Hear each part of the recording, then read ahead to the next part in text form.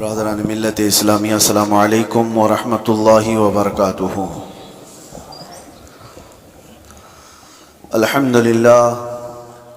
الحمدللہ الحنان المنان الذي خلق الانسان وعلمه البيان والصلاة والسلام على رسوله سيد الانس والجان وعلى آله واصحابه ذوي الخير والاحسان، اما بعد فأعوذ بالله من الشيطان الرجيم، بسم الله الرحمن الرحيم۔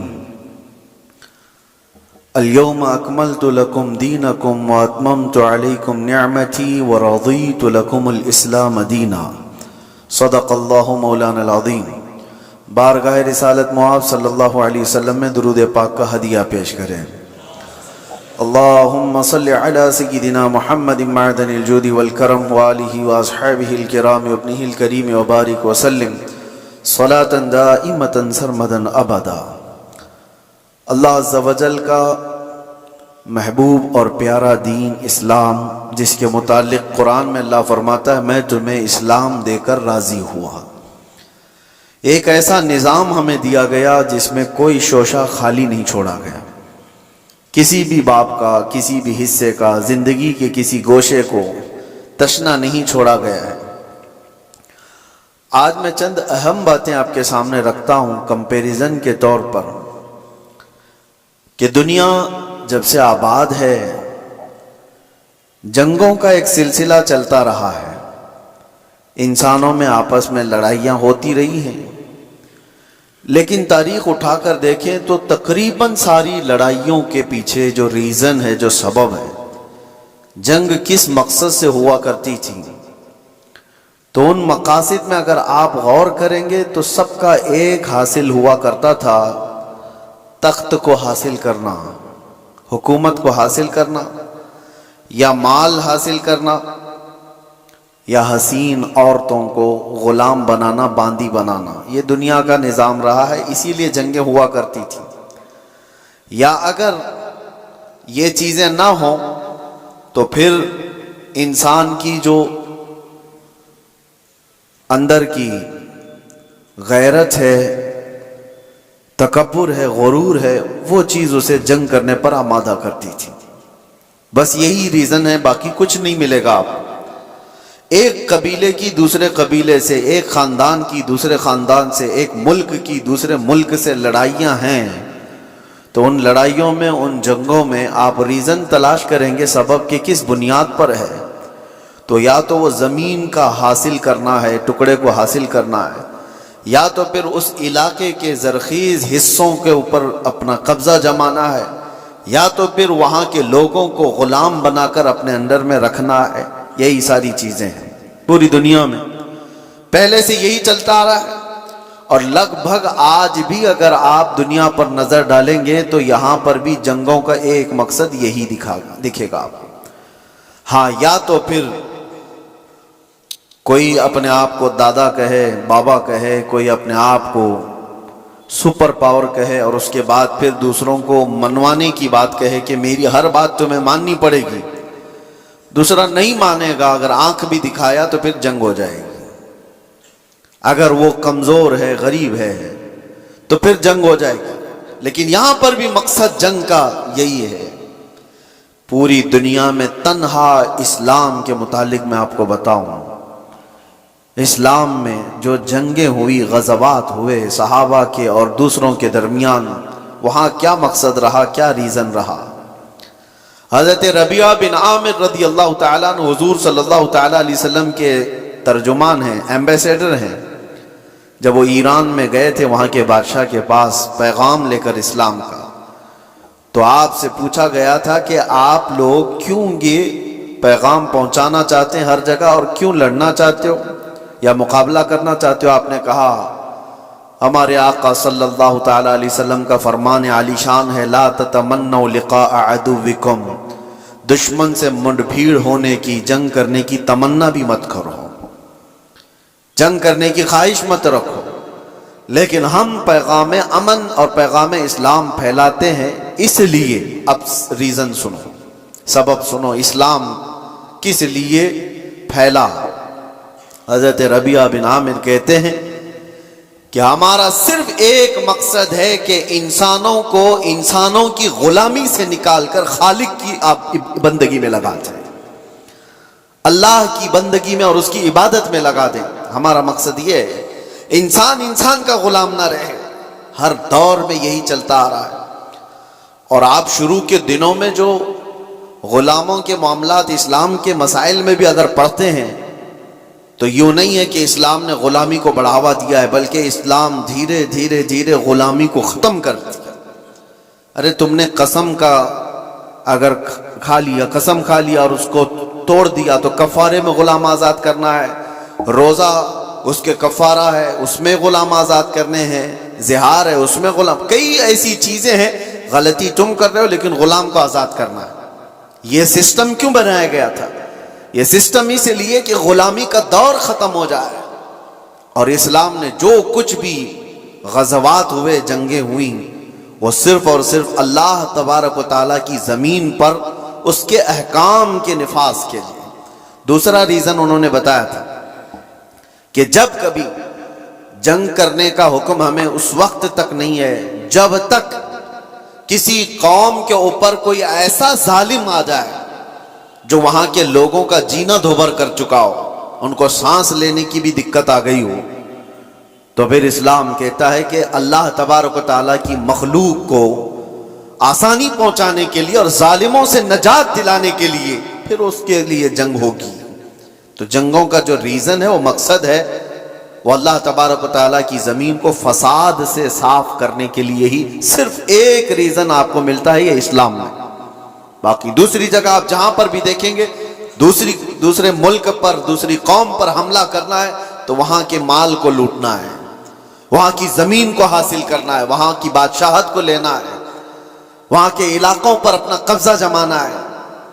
اگر علاقوں پر قبضہ جمانا ہی ہوتا ہر جنگ کرنے کے بعد، تو آپ کو میں بتاؤں خالد بن ولید نے 125 جنگیں لڑی، 125 جنگیں لڑی اور کئی علاقے فتح کیے۔ کیا ہر علاقے کو فتح کرنے کے بعد خالد بن ولید نے اپنی بادشاہی کا اعلان کر دیا کہ آج کے بعد سے اس علاقے کا مالک میں ہوں، اس علاقے کا بادشاہ میں ہوں؟ نہیں، پوری تاریخ اٹھا کر کے آپ دیکھیں کتنے ایسے صحابہ ہیں جن کو سپہ سالار بنا کر کے بھیجا گیا، انہوں نے علاقے کے علاقے فتح کیے، لیکن اپنی بادشاہی کا اعلان انہوں نے نہیں کیا، بلکہ ہمیشہ سے یوں اعلان کیا کہ میں رسول اللہ صلی اللہ تعالیٰ علیہ وسلم کے غلاموں کا ایک ادنا غلام ہوں، اور امن کے لیے اس زمین کو فساد سے صاف کرنے کے لیے میں یہاں پر آیا ہوں۔ محمد بن قاسم 19 سال کی عمر میں ہندوستان آیا تھا۔ آپ کو پتہ ہے محمد بن قاسم سب سے پہلے 10,000 کا لشکر لے کر کے جب آیا تھا، وہ بھی ہندوستان کیوں آیا تھا؟ ہندوستان میں ظلم اس طور پر ایک راجہ دائر سنگھ نے اور اس کے گنڈوں نے کچھ عورتوں کو قبضہ میں لے لیا جو حج کے سفر پر جا رہی تھی، اور عورتوں کا مال بھی لوٹ لیا، ان کو قید میں رکھ دیا گنڈوں نے۔ ان عورتوں نے گہار لگائی، کچھ لوگوں نے ان عورتوں کی یہ باتیں سنی اور عرب کے اس وقت کے گورنر جو تھے حجاج بن یوسف کے پاس یہ خبر سنا رہے تھے۔ حجاج بن یوسف کا بھتیجا محمد بن قاسم 19 سال کا، اس نے یہ خبر سنی کہ اتنی دور کچھ عورتوں پر کچھ ظالم گنڈے ظلم کر رہے ہیں۔ اس نے وہیں سے آواز لگائی، لبیک یا اختی، اے میری بہن میں آ رہا ہوں تیری مدد کے لیے۔ اور اس زمانے میں 4000 کلومیٹر کا سفر کر کے آنے والا، جنگلوں کا سفر، دریاؤں کا سفر، پہاڑوں کا سفر، 10,000 کا لشکر لے کر ایک جوان آیا ہے، اور پھر اس زمانے میں موجود ان گنڈوں اور ان ظالموں کو جو عورتوں کے حقوق کی پامالی کر رہے تھے للکار کر کے کہا، پھر مقابلہ ہوا۔ 3 دن تک یہ لڑائی چلی تھی، اس کے بعد وہ سارے گرفتار ہوئے اور راجہ کی بھی گدی چلی گئی، تخت چلا گیا، سب ختم ہو گیا۔ ایک 19 سالہ لڑکے نے امن کا پرچم لہرایا تھا، لیکن ریزن کیا تھا؟ مقصد کیا تھا؟ ظلم سے علاقے کو صاف کرنا۔ اور اس کے بعد ایک بڑے پنڈت ہیں الہ آباد یونیورسٹی کے، وہ ریسرچ اسکالر بھی رہے، اور لکھی ہوئی اس مورخ کی کتاب میں سے آپ کو میں بتاؤں، مسلمانوں کی لکھی ہوئی تاریخ کی بات نہیں کر رہا، پنڈت نے لکھا ہے، ہندو پنڈت ہیں، انہوں نے لکھا کہ محمد بن قاسم جب آیا تو اس نے صاف اعلان کیا تھا اس علاقے میں رہنے والے جس کو جس چیز پر عمل کرنا ہے وہ آزاد ہے، کوئی میرا نوکر نہیں ہے، کوئی میرا غلام نہیں ہے۔ اور عدل ایسا قائم کیا تھا کہ پورے علاقے والوں نے اپنے سر آنکھوں پر اس کو بٹھا رکھا تھا، 19 سال کے جوان کو، کیونکہ لوگ راجاؤں کے ظلم سے تنگ آ چکے تھے۔ دیکھا تھا انہوں نے کس طرح سے کسی کی بھی عورت کو اٹھا کر کے اپنے حرم سرا کی زینت بنا دیا کرتے تھے، لیکن ایک 19 سالہ جوان جب آیا تو اس نے عدل و انصاف ایسا قائم کر کے دکھایا تھا، ہر ایک نے اپنی باہیں پھیلا کر کے اس کا استقبال کیا تھا۔ یہ ہندو پنڈت کی کتاب میں لکھا ہوا موجود ہے، اپنے نہیں دوسروں نے اس عدل اور انصاف کے متعلق لکھا ہے۔ اسلام کا ریزن یہ رہا ہے میرے عزیزوں، دنیا ہزار پروپیگنڈا پھیلائے، آج تاریخ کے اوپر تم کتنے دھبے ڈال کر کے چھپاؤ گے؟ اگر پیچھے جاؤ عرب کی جاہلیت میں اگر جنگیں دیکھیں گے آپ، اللہ کی پناہ جو مشہور جنگیں ہیں وہاں کی حرب بسوس ایک نام سے جنگ ہوئی جو 40 سال تک چلتی رہی۔ بنی بکر اور بنی تغلب یہ 2 قبیلے تھے، ان قبیلوں میں ہوا کیا تھا، بنی بکر کی اونٹنی بنی تغلب کے چراگاہ میں آ گئی تھی، اونٹنی چرنے کے لیے آ گئی غلطی سے، اس پر جنگ شروع ہوئی اور 40 سال چلی تھی۔ کیسی جنگ ہوئی تھی دونوں قبیلوں میں؟ جب تک دونوں قبیلوں کے لوگ ختم نہ ہو گئے، دونوں قبیلوں کی اونٹنیاں اور گھوڑے مر نہیں گئے، تب تک یہ جنگ چلتی رہی۔ اس کے علاوہ اور بھی جنگیں ہیں، اوس و خزرج کی لڑائی 120 سال تک چلی تھی۔ یہ صرف اور صرف غرور و تکبر کی بنیاد پر چلی ہوئی جنگیں ہیں، علاقے کے علاقے انہوں نے ختم کر دیے تھے، نسلیں ختم ہو گئی تھی۔ نبی پاک صلی اللہ تعالی علیہ وسلم کے مدینہ طیبہ آنے تک اوس و خزرج کی لڑائی چل رہی تھی۔ اور اگر آپ یہ کہیں یہ عربوں کی جہالت اور ان کی نہایت ہی بدماشی کا حال ہوگا، تو ایسا نہیں ہے میرے عزیزو۔ اس زمانے میں ایران کا بھی وہی حال تھا، روم کا بھی وہی حال تھا۔ جب یہ کسی علاقے پر قابض ہوتے، آپ کو پتہ ہے کہ ایک ایرانی بادشاہ نے فلسطین پر حملہ کیا تھا تو 1,40,000 فلسطینیوں کو ذبح کر دیا تھا۔ اور روم والے کیا کرتے تھے؟ روم کے عیسائی جب یہودیوں پر قابض ہوتے تھے تو ان کے ہاں تو مشغلہ تھا، ہزاروں لوگ جب جنگ میں قیدی بن کر کے آتے تھے تو انٹرٹینمنٹ کے لیے روزانہ میدان سجائے جاتے تھے، اور اس میں بڑے بڑے جو پہلوان ہیں، جو سپہ سالار ہیں، وہ اپنی تلوار کا جوہر دکھانے کے لیے ان قیدیوں کو ایک ساتھ مارتے تھے۔ اور یہ مقابلہ ہوتا تھا کہ ایک وار میں کتنی گردنیں اڑا سکتا ہے آدمی۔ یہ رومیوں کا مشغلہ تھا یہ ان کا۔ جب یہودیوں کو قبضے میں لے لیتے تھے یا قیدی بنا کر لاتے تھے تو ایک ایک تلوار کے وار پر 10 لوگوں کی گردنیں اڑانا وہ سمجھتے تھے بہادری کا جوہر ہے، اور کہیں پر ان کو اس چیز کا کوئی افسوس نہیں کہ انسان کس طرح کاٹے جاتے ہیں۔ ایک تو آپ کو میں بتاؤں، بہت مشہور ایک شخص ہے جس کو ڈارلنگ آف ہیومن ریس کہا جاتا ہے، تاریخ میں آپ پڑھ لینا اس نے کیا کیا ہے۔ تقریباً 60,000 کے قریب یہودیوں کو قبضے میں لے کر ایک بہت بڑے علاقے میں ان کو باندھ دیا، اور جنگل کے خطرناک درندے لا کر کے ان کے اوپر چھوڑ دیے گئے تھے۔ وہ نوچ نوچ کر کے کھاتے تھے اور یہ لوگ تماشا دیکھ دیکھ کر تالیاں بجاتے تھے۔ یہ انسانوں کی زندگیوں کے ساتھ جو تماشے ہوتے رہتے تھے، یہ ایگو، یہ ان کا تکبر، یہ ان کا غرور، کسی مفتوح قوم پر، مغلوب قوم پر وہ اپنے غصے کی تمام چیزیں نکال دیا کرتے تھے۔ جب کبھی کسی پر قابض ہوئے، بیت المقدس کو کتنی مرتبہ خون میں نہلایا گیا آپ کو پتا ہے؟ ٹائٹس کے زمانے میں پورے فلسطین میں ایسی جنگ ہوئی تھی کہ گھوڑوں کے ٹاپ پورے خون سے بھر جایا کرتے تھے. جب بھی گھوڑا کسی بھی گلی میں جائے خون کے بغیر نہیں آتا تھا. یہ سب تاریخ محفوظ ہے، ہماری لکھی ہوئی نہیں. یہ غیر مسلموں کی لکھی ہوئی تاریخیں موجود ہیں جنہوں نے پوری دنیا میں کیا تماشے بنائے.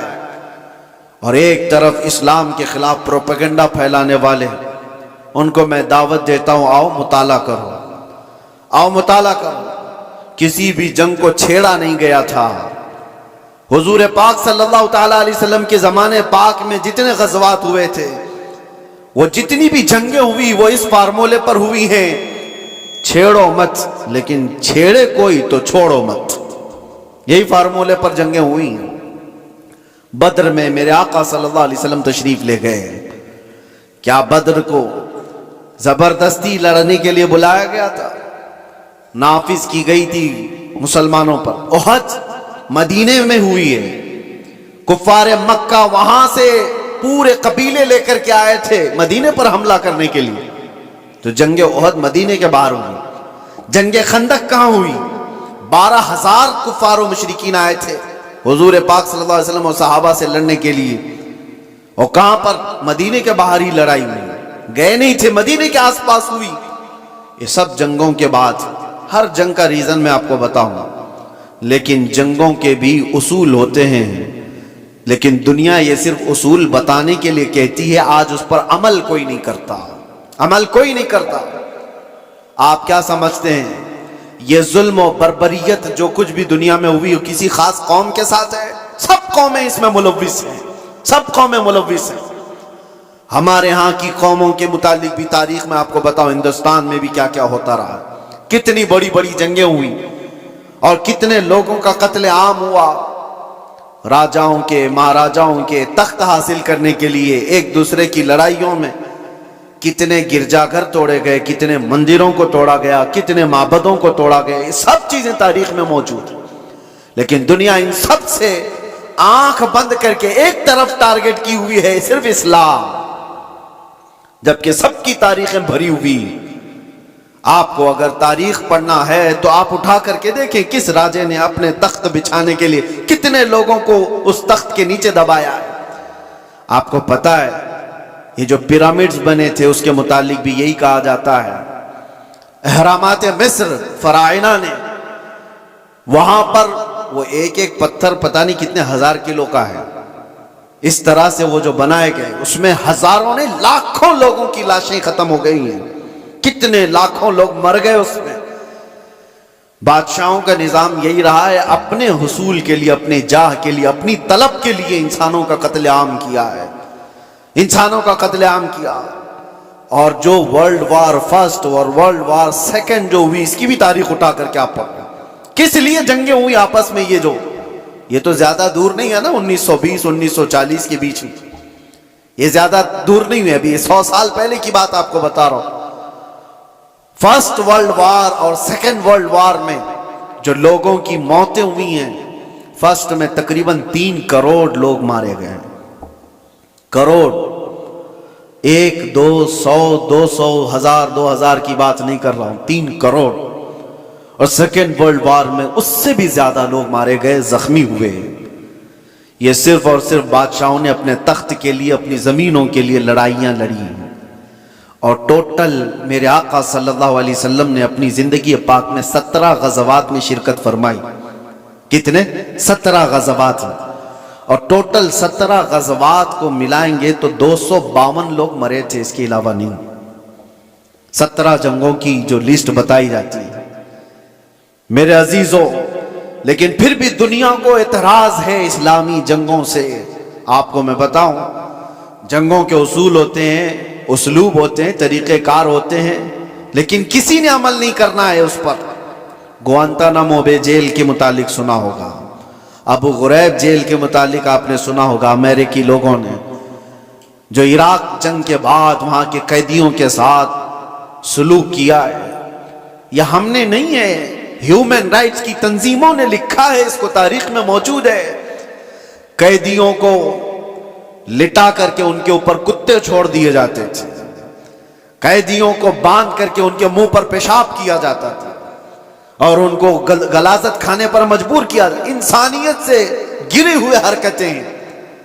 ایک ظالم جب نشہ کے غرور میں آتا ہے تو ایسی حرکتیں کرتا ہے، لیکن جس کے سینے میں ایمان ہو وہ کیا کرتا ہے؟ اللہ اکبر۔ میرے عزیزو، محمد الرسول اللہ صلی اللہ تعالی علیہ وسلم کے پائے اقدس پر میں تمہیں لے کر چلتا ہوں۔ یہ وہ وقت ہے جب اللہ کے حبیب صلی اللہ تعالی علیہ وسلم کا پیغام دنیا میں بہت دور تک جا چکا تھا۔ یمن، عراق، شام، مصر، ہر جگہ پہنچ چکا تھا، اور 1,20,000 صحابہ اس وقت موجود تھے جب نبی پاک صلی اللہ تعالی علیہ وسلم کی قوت کا عالم تھا، غلبے کا وقت تھا۔ مکہ بھی فتح ہو چکا تھا، مدینے کے آس پاس کا علاقہ اسلام کے پرچم سے لہرا رہا تھا۔ یہ وہ دور کی بات نہیں کر رہا ہوں میں جب کفار مکہ سے بچ کر کے رہنا پڑتا تھا، چھپ کر کے تبلیغ کرنی پڑتی تھی، اس دور کی بات نہیں کر رہا ہوں، غلبے کے وقت کی بات کر رہا ہوں۔ یہ حضور پاک کی ظاہری زندگی کا آخری سال ہے جب میرے آقا صلی اللہ علیہ وسلم حج کر کے واپس تشریف لائے تھے اور بیمار تھے۔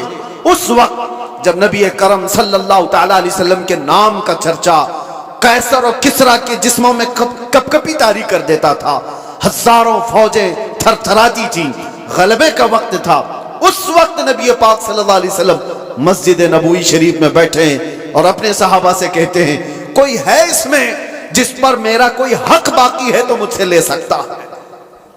کوئی ہے جس پر میرا کوئی حق باقی ہے تو وہ سوال کرے، میں دینے کو تیار ہوں۔ میرے عزیزوں، کون کہے گا یہ؟ غلبے کے وقت، طاقت کے وقت، جب پاور میں آ جائے کوئی پوچھ کر کے دکھائے کہ اسی پر کچھ باقی ہے تو یہ رسول اللہ کی شان ہے۔ اور ایسا نہیں میرے عزیزوں کہ یہ جملے ہیں جو آج کے ذلیل سیاسی لوگوں کے ہوتے ہیں۔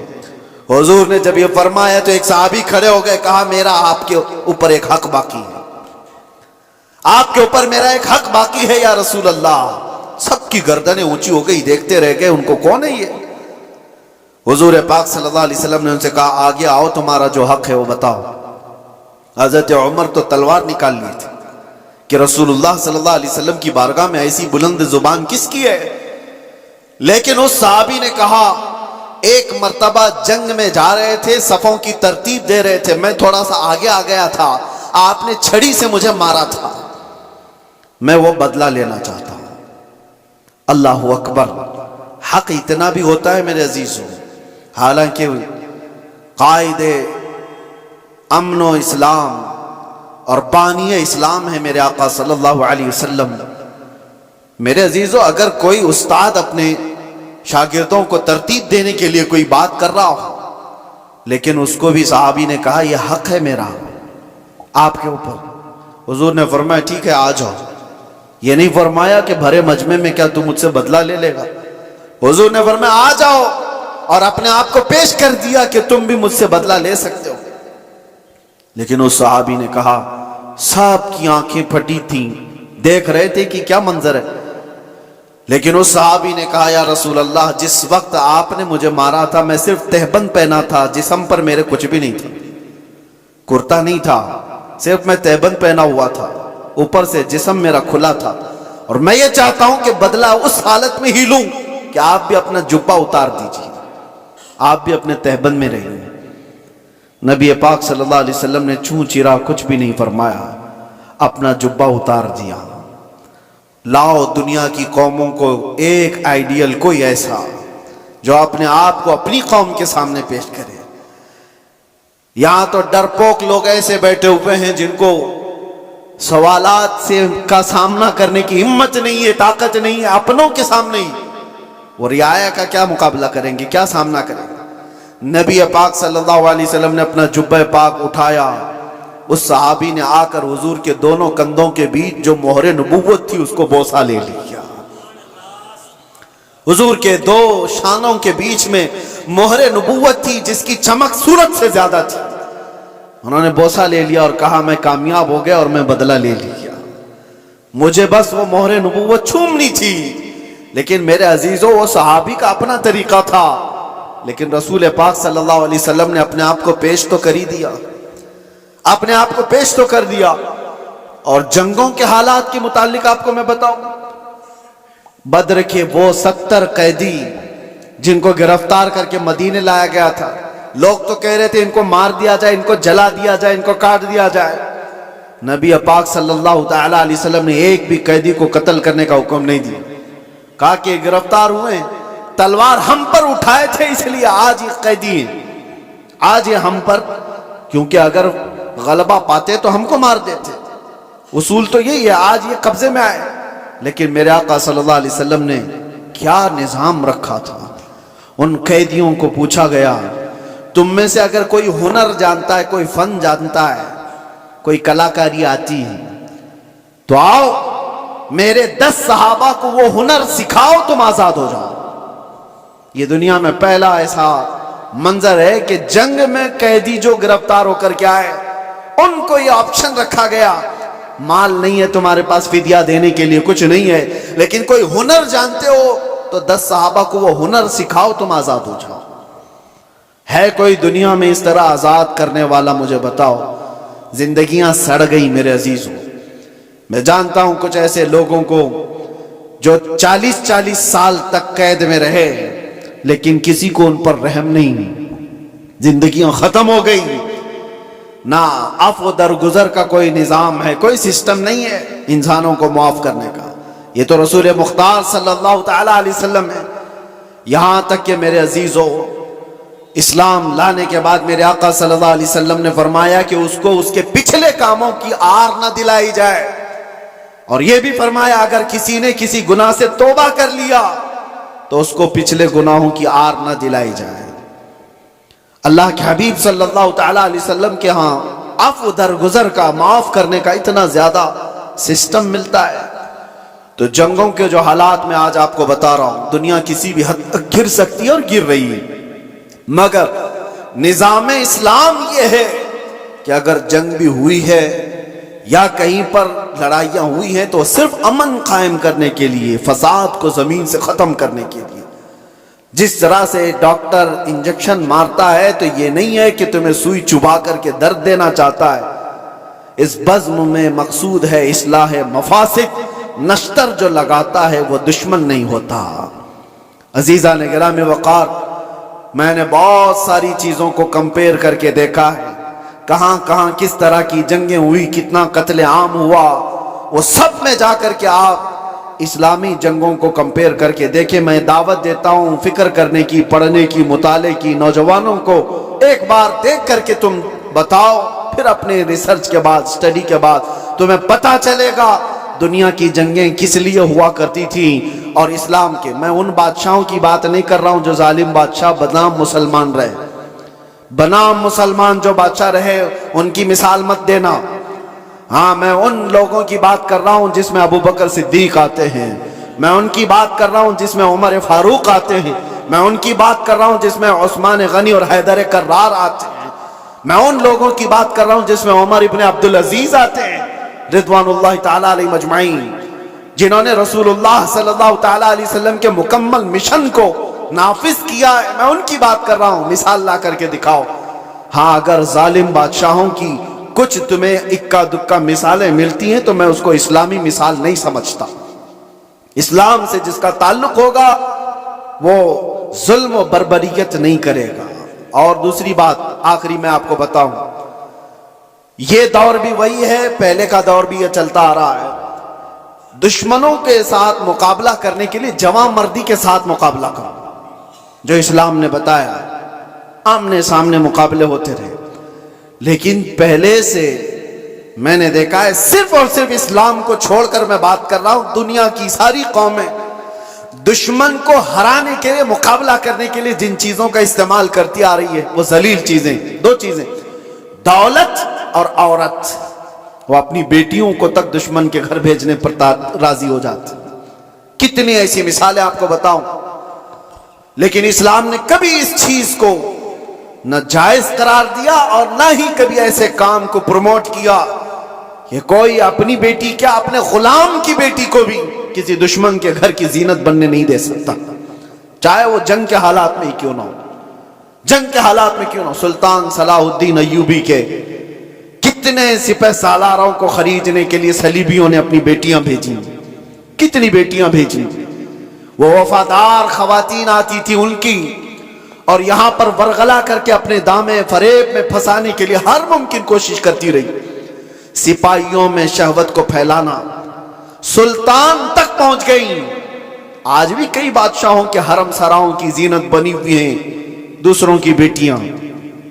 یہ زمانے میں ہر قوم اپناتی آئی ہے، لیکن اسلام نے کبھی اس کو پروموٹ نہیں کیا، کبھی نہیں، بلکہ صدیق اکبر رضی اللہ تعالیٰ عنہ کے زمانے میں ایک یہودی خاتون آئی اور کہا میں مدینے چھوڑ کر یمن جانا چاہتی ہوں۔ یہودی عورت کہا مجھے گھٹن محسوس ہو رہی ہے، میں یمن جانا چاہتی ہوں۔ صدیق اکبر نے کہا کوئی بات نہیں، 2 جوان صحابہ کو اس خاتون کے ساتھ کر دیا اور کہا اس کو یمن تک صحیح سلامت چھوڑ کے آنا، اور اس کو اونٹنی پر سوار کیا گیا۔ 2 نوجوان صحابی، یہودی عورت ہے، مسلمان عورت کی بات نہیں کر رہا ہوں، اس کو یمن تک لے کر کے گئے۔ جہاں جہاں چیکنگ پوائنٹ آتی تھی لوگ پوچھتے کون ہے، کہاں سے آ رہا ہے، یہ دونوں جوان جواب دیتے خلیفہ اسلام صدیق اکبر کی کوئی مہمان ہے، یمن جا رہی ہے۔ کوئی سر اٹھا کر نہیں دیکھتا تھا۔ وہ خاتون یمن پہنچتی ہے اور اس کے بعد سارے لوگوں کو، اپنے قبیلے کو، خاندان کو جمع کر کے کہتی ہے میں تو وہاں سے یہ سوچ کر کے آ رہی تھی کہ یہ مسلمان وحشی ہوں گے، ہماری عزتوں پر حملہ کریں گے، مگر پورے سفر میں نے 2 جوانوں کو دیکھا، ایک بار بھی نظر اٹھا کر دیکھنے کو تیار نہیں۔ میں گواہی دیتی ہوں کہ اسلام سچا ہے اور مدینہ ہی پرامن ہے۔ میں واپس جاتی ہوں اسی حرم میں جہاں رسول اللہ نے امن کے پیغام پہنچائے تھے۔